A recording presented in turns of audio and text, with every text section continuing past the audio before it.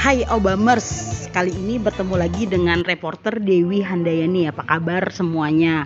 Dan saat ini saya berada di kediaman pengacara kondang Nurmala di Palembang. Mungkin nama Nurmala sudah tidak asing lagi ya guys ya. Beberapa kasus besar sedang ditanganinya, mulai dari kasus Masjid Sriwijaya dan kini pengacara yang mempunyai ciri khas dengan topi turban ini menjadi salah satu tim pembela dari mantan Gubernur Sumatera Selatan Alex Nurdin.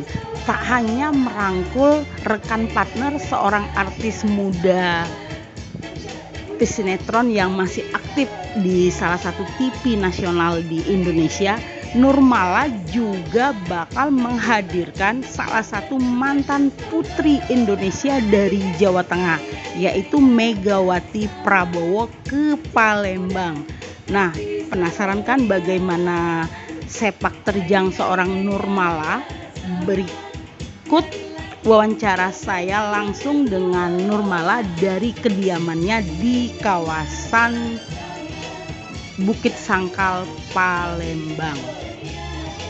Sebelumnya dengan saudara-saudara dan teman-teman, makanya hari ini kita mengadakan open house di rumah dengan adanya musik, bisa nyanyi, bisa. Saya lebaran ke-1 pulang kampung, lebaran kedua saya ke Lampung, lebaran ketiga, keempat saya di Jakarta. Jadi baru pulang kemarin malam dan alhamdulillah hari ini dapat terlaksana.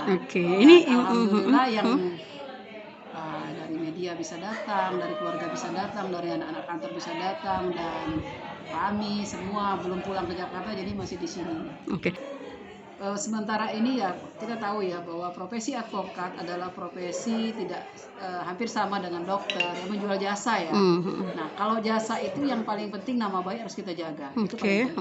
Itu kuncinya Bu ya. Kuncinya nama baik harus kita jaga, jangan sampai nama baik kita itu rusak. Kalau nama baik kita itu rusak, habislah kita semua. Makanya saya selalu mengatakan bahwa sesuai dengan profesi kami adalah profesi officium nobile, jadi pribadi dengan profesi itu tidak bisa dilepaskan. Saya tidak mungkin secara tidak langsung antara profesi dengan pribadi harus sejalan. Yang senang anak-anak muda yang kreatif ya, yang ingin maju, yang kreatif, kritis, kemudian mau bekerja keras, itu siapapun saya akan dukung. Apalagi kalau di Jakarta dan alhamdulillah sukses di dunia entertain. Tapi dia tidak menghilangkan niat untuk belajar seperti menjadi lawyer. Ya, menjadi lawyer itu karena saya selalu mengatakan bahwa kita tidak selamanya menjadi artis, karena ada umur. Jadi dan dia lulus jadi advokat, dan ingin mengabdikan diri menjadi advokat juga, jadi di samping jadi artis juga jadi lawyer. Nah, itu hal yang penting. Paling tidak sudah punya modal apa? Punya modal kalau berhadapan dengan orang banyak, public speaking pasti bisa ya, pasti bisa. Jadi seperti di sebelah saya ini kan Fitri, dia menjadi ketua LBH saya, LBH Ampera Jaya, kalau kalian bisa dengar di Palembang. Saya akan selesaikan S3 saya di tahun 2022. Insya Allah saya segera menyandang gelar doktor, nggak kandidat selamanya ya. Alhamdulillah. Dan yang kedua, mudah-mudahan saya kan lagi ikut ujian kurator, mudah-mudahan lulus, saya berharap bisa lulus. Kemudian yang ketiga, saya mau anak-anak kantor baik IN, NMNT dan LBH saya bisa sukses, dan bisa berguna bagi masyarakat Sumatera Selatan khususnya dan masyarakat Indonesia umumnya. Itu doa saya, dan bisa mereka mempunyai nama yang besar sebagai lawyer yang profesional, kemudian dikenal di mana-mana, tidak hanya di wilayah Sumsel, kalau di Sumsel, tapi dimanapun asal kita ada yang minta tolong itu bisa. Jadi sepanjang kita bisa menjaga nama baik dan mau bekerja keras serta fokus pada pekerjaan, serta saya katakan tadi menjaga profesi kita sebagai profesi officium nobile. Pesan saya kepada pengacara-pengacara muda, ya pertama saya pesankan bahwa sebagai seorang pengacara itu jangan melihat dalam posisi seperti melihat Otto Hasibuan, katakanlah melihat Hotman Paris, melihat saya lah contoh di Sumsel. Kita tidak datang dengan posisi langsung begini, kita mulai semuanya dari nol ya. Semua dari nol, mulai dibayar dari 5.000, dari tidak dibayar, hingga saya mencapai posisi sekarang ini.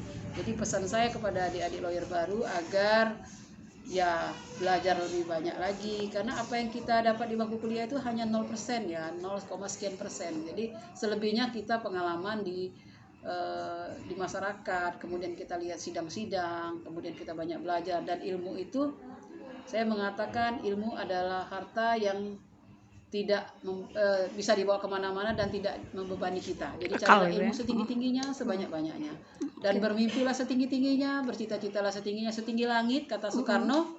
Kalaupun kita jatuhnya di bintang-bintang, artinya masih di atas. Itu pesan Pak Soekarno, kata-kata Pak Soekarno yang selalu saya kutip dalam itu. Dan kemudian bercita-citalah. Kenapa bercitalah tinggi-tinggi? Tujuan kita ya, paling tidak bermimpi kita sudah, kita mimpi jadi orang kaya, kita mimpi jadi orang sukses, itu sudah itu. Kalaupun kita jatuh di antara bintang-bintang, kata Soekarno. Tetap tidak enak. Bu, Ibu Nurmala sendiri, Bu, merasa saat ini udah merasa sukses belum sih, Bu? Saya bersyukur dalam keadaan situasi seperti ini, saya tetap bersyukur. Mei bertempat di Hotel Santika Primer Bandara, kita akan mengadakan halal bihalal kantor. Jadi halal bihalal kantor ini kantor saya di Jakarta sama Tami, Nurmala Tami, kemudian kantor di Palembang, kantor lama saya Ida dan Nurmala, kemudian kantor Semarang Nurmala Vega, kemudian 2 LBH saya sebagai ownernya adalah LBH Ampera Jaya Sumsel dan LKBH Muba. Jadi kita supaya bisa kumpul semua, kita mengadakan acara dengan mengundang teman-teman yang dekat-dekat yang kita akan ajak ya acara dari kita untuk kita dalam rangka silaturahim, kemudian saling memaafkan ya. Karena kenapa tanggal 14? Karena Mega baru bisa datang ke sini di tanggal 13 atau tanggal 12 kalau Mbak Sade ke sini. Jadi kita mengadakannya di tanggal 14. Tami pun kalau harus pulang 1 hari 2 ini, begitu tanggal 14 harus pulang ke sini lagi. Sekarang ini Mbak Tami sangat dekat ya, di mana ada Mbak Tami di situ ada Ibu Nurmala, Bu, Mbak ya. Kenapa sih bisa milih membela hukum, padahal jadi seorang artis kan udah pasti kan penghasilannya udah banyak, terus tenar di mana-mana dikenal orang. Apakah pengacara bisa membawa kehidupan lebih baik? Terus mengapa memilih Ibu Nurmala? Ketenaran itu mulai naik, mulai masuk di stasiun-stasiun TV, pasti kita berpikir kita trennya sama yang kayak gitu. Tapi Bunda tuh selalu kasih tema itu nasihat gitu kan. Maksudnya kayak tadi Bunda bilang kan, bukan hanya sekarang ini kita mikirnya pas kita lagi tenar, kita nggak tahu nanti suatu saat apa yang harus kita pegang setelah kita udah nggak lagi gitu kan.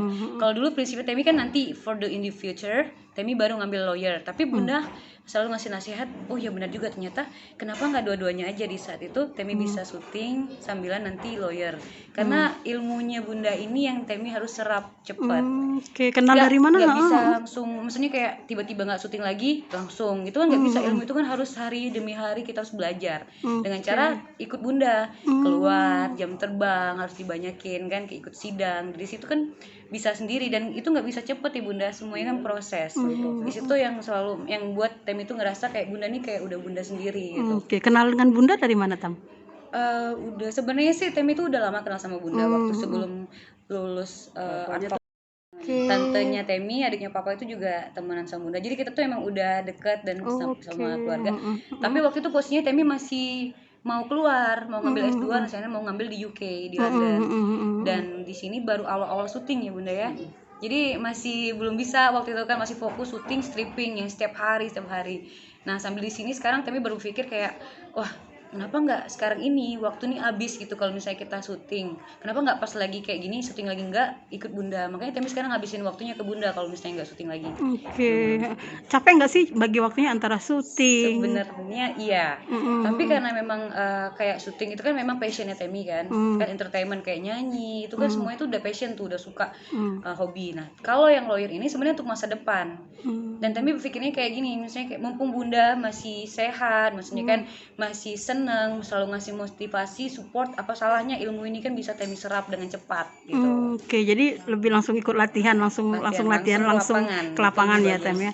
Terus ada pesan Temi nggak sih untuk anak-anak muda calon pengacara atau yang sudah jadi pengacara muda, Tem? Jangan pernah ngerasa kayak masih baru atau apa. Kita kerja keras dengan berbanyak relasi juga.